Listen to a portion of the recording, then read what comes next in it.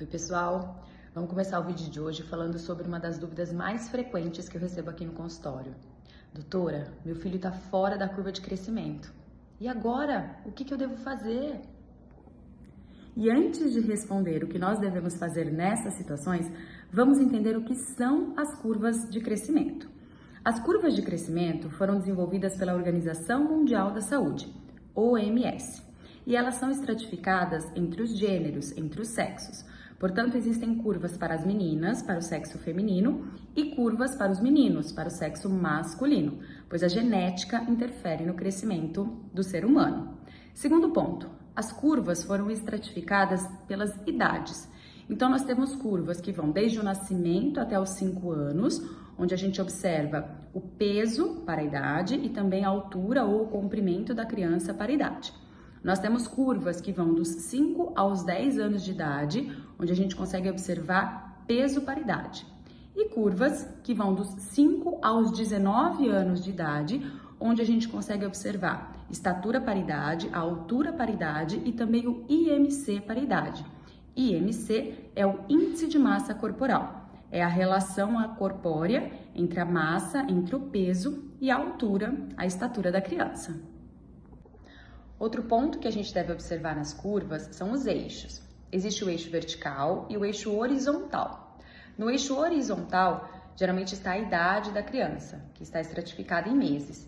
E no eixo vertical está ou o peso, ou a estatura, ou o IMC, dependendo em qual curva a gente está trabalhando. E dentro do plano cartesiano, existem algumas linhas pré-determinadas. Existe a linha central, que é a linha do percentil 50, 2 linhas acima e 2 linhas abaixo. As 2 linhas acima determinam o percentil 85 e 97 e as 2 linhas abaixo determinam o percentil 15 e o percentil 3. E aí vem geralmente a grande questão. Quando a criança apresenta uma curva abaixo da linha média, abaixo da linha do percentil 50, os pais se preocupam e dizem: meu filho está abaixo da linha de crescimento. E agora o que eu devo fazer? Então vamos exemplificar. Então vamos supor que a gente está trabalhando na curva de estatura, de altura para a idade. E o seu filho apresenta uma curva perto do percentil 15, ou seja, abaixo da linha do percentil 50.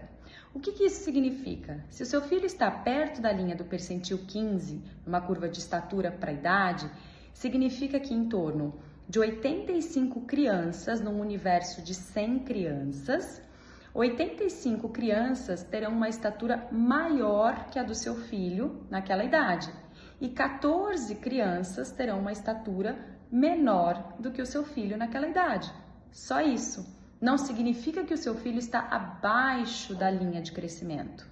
O que é importante? O importante é o seu filho ter uma linha, ter uma curva ascendente ao longo do tempo. Isso é o mais importante. Ao longo do tempo, ao longo dos meses e dos anos, a criança ir ganhando estatura, ir aumentando a sua estatura, a sua altura. Então, ela está crescendo ao longo do tempo, numa curva ascendente e consistente. Isso é o mais importante, a criança ter uma curva, independente aonde a curva está. O que significa a curva média, a curva ali do percentil 50, né? Significa que no universo de 100 crianças, em torno de 50 crianças terão aproximadamente aquela estatura, aquela altura, naquela idade. Só isso. E agora respondendo a pergunta, o que fazer se o meu filho está abaixo da linha de crescimento? Primeiro ponto é entender que a linha do percentil 50 não é a linha do crescimento, ok? E se seu filho está perto da linha do percentil 15, por exemplo, o que é o primeiro ponto que é importante a gente observar? Se essa linha ela está crescente, ela está ascendente ao longo do tempo. Esse é o primeiro ponto a observar. Significa, portanto, que o seu filho está crescendo. Maravilha! E o segundo ponto, o que nós devemos fazer? Oferecer condições favoráveis para que esse crescimento ocorra. Porque o crescimento, ele tem alguns fatores que o determinam. Os fatores intrínsecos e os fatores extrínsecos. Quando a gente fala de fatores intrínsecos, a gente está falando do potencial genético. Depende da etnia, do gênero, altura materna, altura paterna, esses fatores que são determinados pela genética. E quando a gente fala de fatores extrínsecos, a gente está falando dos fatores ambientais que podem determinar esse crescimento.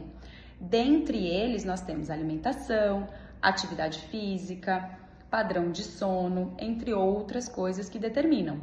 Então, o que a gente deve fazer para garantir um crescimento saudável dos nossos filhos?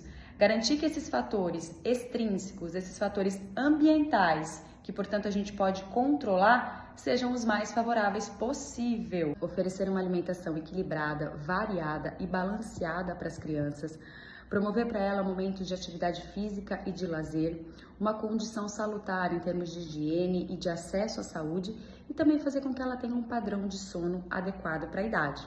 Tudo isso vai contribuir para o crescimento saudável das crianças.